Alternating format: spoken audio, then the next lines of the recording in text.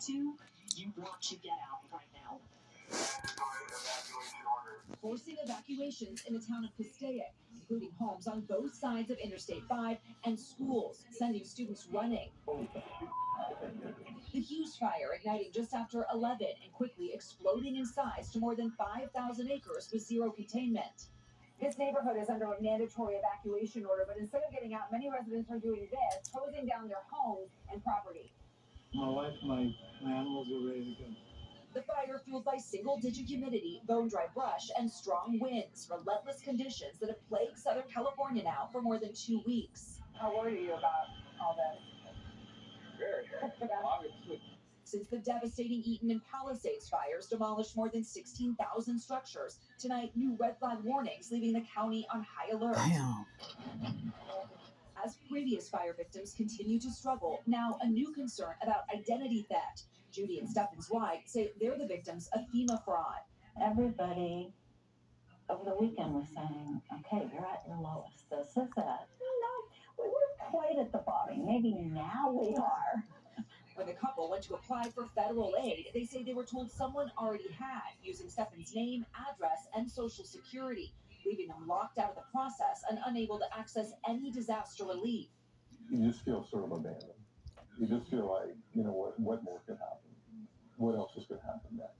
FEMA telling NBC News in a statement that despite safeguards in place, unfortunately, bad actors sometimes exploit disaster situations. Victims of fraud should contact FEMA's hotline.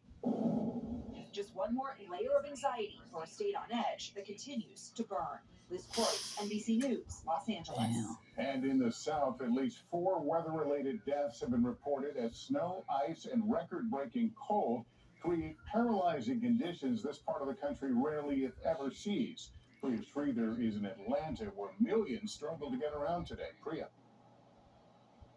That's right, Lester. Local officials tell me they've received thousands of weather-related calls, and even though traffic is moving right now, the concern is that temperatures are expected to drop below freezing, which could create more icy road conditions. Millions in the South in the grips of severe weather, in a region rarely slammed with snow. Just outside of Atlanta, slick roads stalled cars, some hoping the sun would melt the ice. Get your little spot and just wait it out. I'm not saying it's simple, but it's smarter. Drivers at a standstill on this highway in Georgia for more than 12 hours. You're going to be here in a minute. In DeKalb County, officials issuing a state of emergency, urging residents to shelter in place. We have also treated more than 500 tons of roads with sand, of course, salt, and calcium chloride. So this is a very serious condition that we're facing. Atlanta's airport hit with just over 1 inch of snow. Airport officials say some TSA officers struggle to get to work. Wait times for travelers up to 90 minutes. Passengers finally moving at Tampa's airport, where dozens of flights were delayed and canceled. Had a day, feel like it's been 3 days, and it's only been like a day. In Jacksonville, Florida, officials say 3 bridges are now open again after multiple crashes closed them. In Louisiana, cities are blanketed in snow. A historic 10 inches swept parts of New Orleans overnight. Tonight, tens of thousands remain without power along the Gulf, as many worry major disruptions could continue for days to come. Priya Sridhar, NBC News, Atlanta, Georgia.